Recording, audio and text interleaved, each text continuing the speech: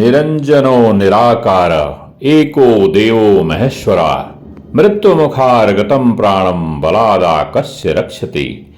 निरंजन निराकार महादेव मृत्युंजय महादेव ही एक ऐसे हैं जो मृत्यु के मुख में गए हुए प्राणी को भी बलपूर्वक खींचकर उसकी रक्षा करते हैं। देवाधिदेव महादेव हैं वो।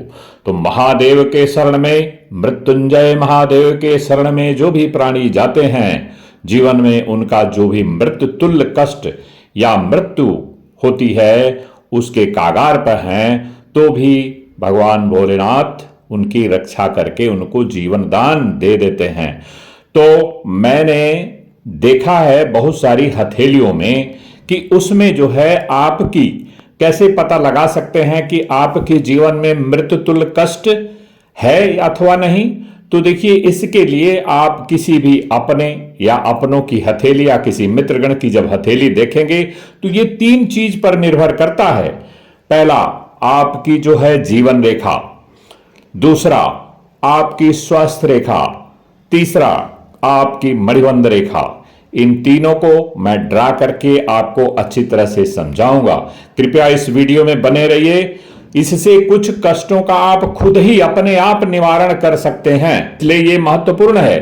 तो देखें, समझें, जानें। और इसके लिए एक मंत्र है जो महामंत्र है।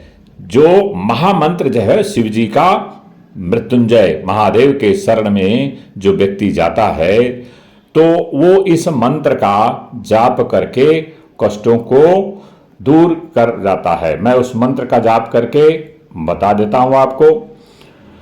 ओम हौम जूम सह ओम त्र्यंबकम यजामहं सुगंधिं पुष्टिवर्धनम उर्वारुकमिव वंदना मृत्युर्मोक्षीयमामृतात्।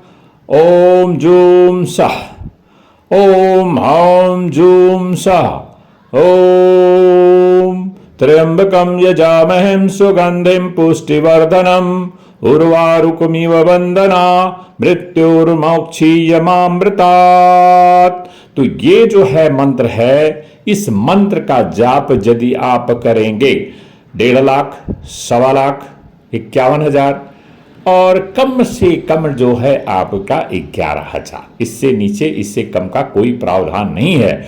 तो जिस प्राणी को देखिए, सबसे बड़ी एक वो है इस धरती पर कि हर प्राणी जो है वो अपने किस चीज से डरता है। हर प्राणी अपने प्राण से डरता है और उसकी वो पूरा बलपूर्वक उसकी रक्षा करता है।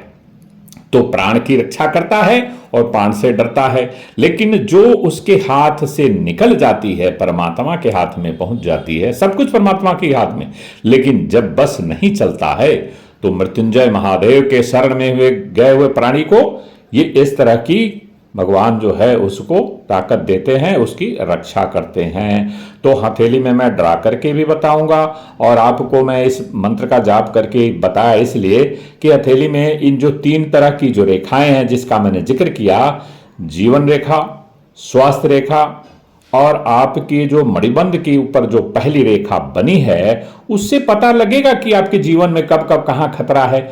तो देखिए, इसको मैं ड्रा करके बताता हूं। ये है आपकी जीवन रेखा जो यहां से निकल के और जाके वहां खत्म होती है आपके मणिबंध पर ही। और मणिबंध पर ये 4 रेखाएं आमतौर से होती हैं। पहली नंबर 1 ये, दूसरी उसके नीचे, तीसरी और चौथी। सब में 4 नहीं होती है, किसी में 1, किसी में 2, किसी में 3। लेकिन जो पहली वाली रेखा ये देखिए, स्वास्थ्य की रेखा, इसी को कहते हैं जो बुद्धि की रेखा है। ओके, ये है आपकी हृदय रेखा और ये है आपकी हृदय रेखा पर इनके त्रिशूल बना हुआ है। ये बहुत ही गुड साइन है। और ये आपकी जो है मस्तिष्क रेखा। तो आप देखिए, जो इसी रेखा से, ये राहु की रेखा करते हैं, कोई भी रेखा यदि निकल कर और आपके जीवन रेखा को काटे, तो जहां वो काटे, जीवन रेखा को जहां ऐसी पतली पतली रेखाएं काटे, वहां आप समझ लीजिए कि वहां आपके जीवन में निश्चित तौर पर आपको इंटरनल और एक्सटर्नल प्रॉब्लम खतरा होने की पूरी रूप से संभावना। और ये जो मणिबंध रेखा जो पहली वाली है उसमें लिपट करके दूसरी रेखा यदि चले तो यह एक बहुत बड़ा अशुभ संकेत है, अर्थात उस व्यक्ति के जीवन में स्वास्थ्य से लेकर के समस्याएं रहेंगी, उसका एक्सीडेंटल जो टूट फूट होगा इस तरह का हो सकता है। और जो स्वास्थ्य की रेखा आप देख रहे हैं इसमें बहुत क्लियर है, स्वास्थ्य की रेखा जो बुध की रेखा भी जिसे कहते हैं उस, तो इन तीन चीजों से यह पता लगाया जा सकता है कि आपका जीवन में कोई समस्या है कि नहीं। देखिए जैसा मैं दर्शा रहा हूं आपको, you can see this points, ये जो पॉइंट जहां पर लिपटे हुए हैं ये बहुत अशुभ संकेत है। यहां पर एक्सटर्नल प्रॉब्लम, एक्सीडेंट से हड्डियों का टूट फूट ऐसा होता है, और ये जो काट रही है यहां पर जीवन रेखा को इस तरह से। तो इंटरनल प्रॉब्लम क्या है? इंटरनल प्रॉब्लम जो है हार्ट, किडनी, लीवर, लंग्स का अच्छी तरह से फंक्शन ना करना, उससे रिलेटेड पेट से तमाम सारी बीमारियां, और एक्सटर्नल प्रॉब्लम है एक्सीडेंट है। तो बस इस वीडियो अगर पसंद आया हो तो कृपया इसे लाइक कर दीजिएगा। चैनल पर नए अभी तक सब्सक्राइब नहीं किए तो सब्सक्राइब कर दीजिएगा। अगले वीडियो में मिलेंगे, तब तक के लिए नमस्कार, धन्यवाद।